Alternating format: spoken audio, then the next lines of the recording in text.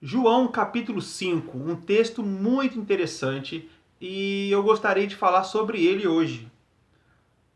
Em João capítulo 5, o apóstolo ele vai narrar um acontecimento que muitos têm um pouco de dificuldade e afirmam algo bem interessante. Vamos ler o texto.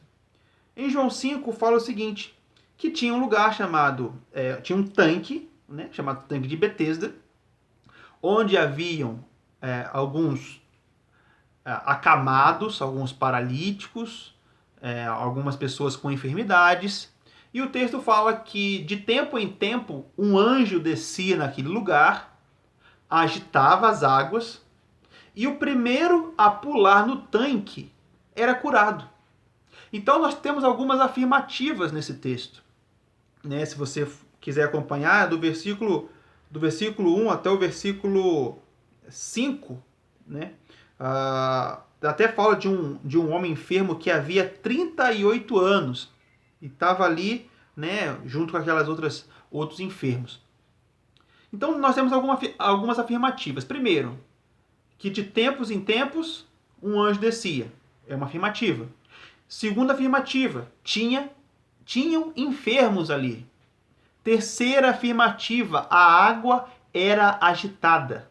E quarta afirmativa, o primeiro que se lançava na água, após o anjo agitar a água, era curado. Então nós temos essas quatro afirmativas. A pergunta que eu faço: será que realmente existiu um anjo ali? Será que realmente de tempos em tempos descia um anjo, agitava as águas, o primeiro a entrar na água era curado? Será que isso tudo é verdade? E eu vou dizer que quase tudo é verdade. E talvez você fique chocado dizendo, como assim quase tudo? A palavra de Deus é verdade. Ela é inerrante, ela é infalível. Concordo plenamente com você. Porém, nós temos que ler as escrituras com óculos judeu, porque foi escrito por judeus.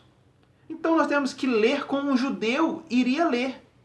Entender que João 5 ele é uma narrativa. João está narrando um acontecimento. Ele fala, olha, de tempos em tempos. Ele começa assim, ele começa o texto assim, ora, existe ali junto à porta das ovelhas um tanque chamado em hebraico Betesda, o qual tinha 5 pavilhões. Neste jazia uma multidão de enfermos, cegos, coxos, paralíticos. Está narrando o local, está narrando o que havia em volta do tanque, está narrando. É uma narrativa, não é uma normativa, não é uma norma, não é uma ordem, como ide por todo mundo e pregar o evangelho. Isso é uma norma, isso é uma ordem. Devemos ir. Não é para um grupo específico de pessoas, né? É para todos nós.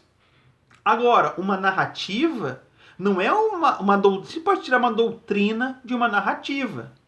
Por exemplo, quando Paulo e Silas eles são libertos da prisão por aquele terremoto e o carcereiro ele tentou se matar, o que Paulo ele fala para o carcereiro?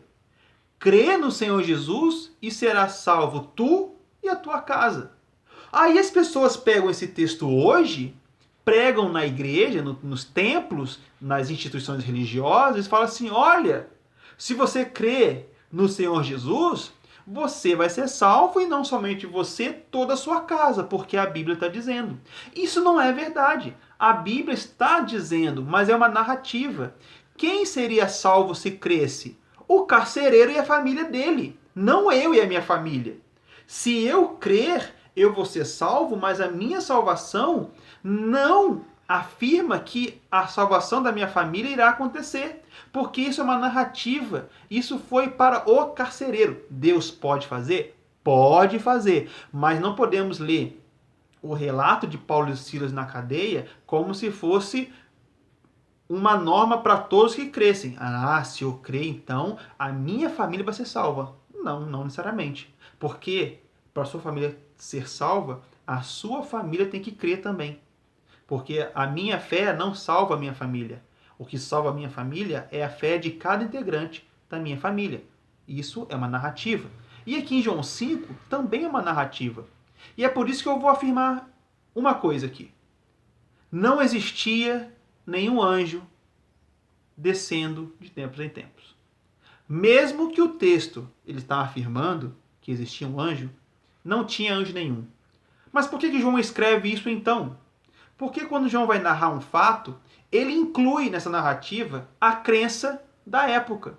E qual que era a crença?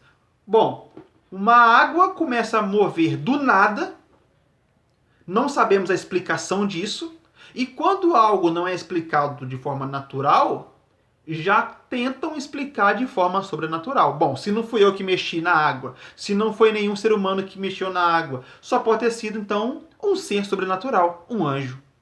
Então cria-se que se o anjo toca na água, um ser puro, um ser santo toca na água, então aquela água agora está santa. Agora aquela água é abençoada. Bom, se eu tocar naquela água, numa água agitada por um ser celestial, eu vou ser curado.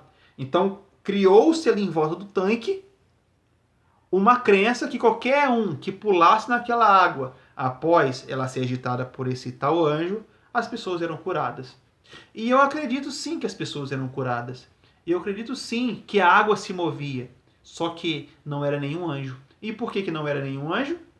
Porque o tanque de Betesda era um tanque que era abastecido com a água do lago de Genezaré. Ou Mar de Tiberíades, ou Mar da Galileia, são três nomes que apontam para o mesmo local. O lago de Genezaré abastecia aquele tanque de Betesda. E nesse lago tinha muita tempestade. Tem um evento onde Jesus anda sobre a água, sobre as águas, e os discípulos pensam que era um fantasma.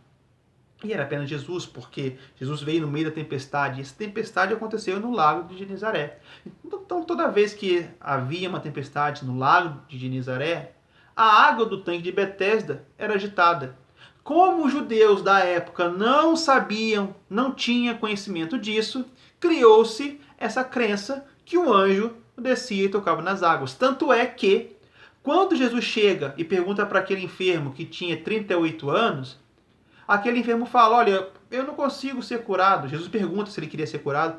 O enfermo fala, não consigo ser curado, porque toda vez que a água é agitada, desce alguém na minha frente e é curado na minha frente, eu não consigo ser curado.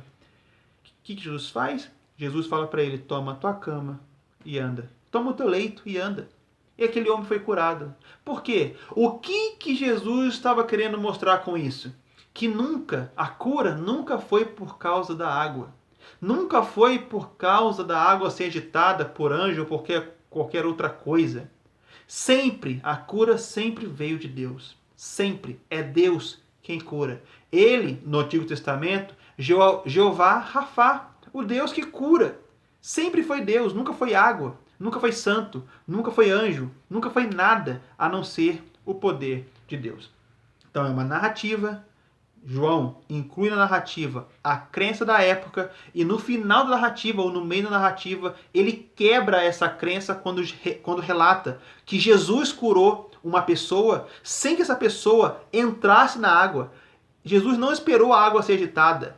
Jesus mostrou que a cura sempre veio de Deus, nunca da água ou de qualquer outro lugar. Deus abençoe e até o próximo vídeo.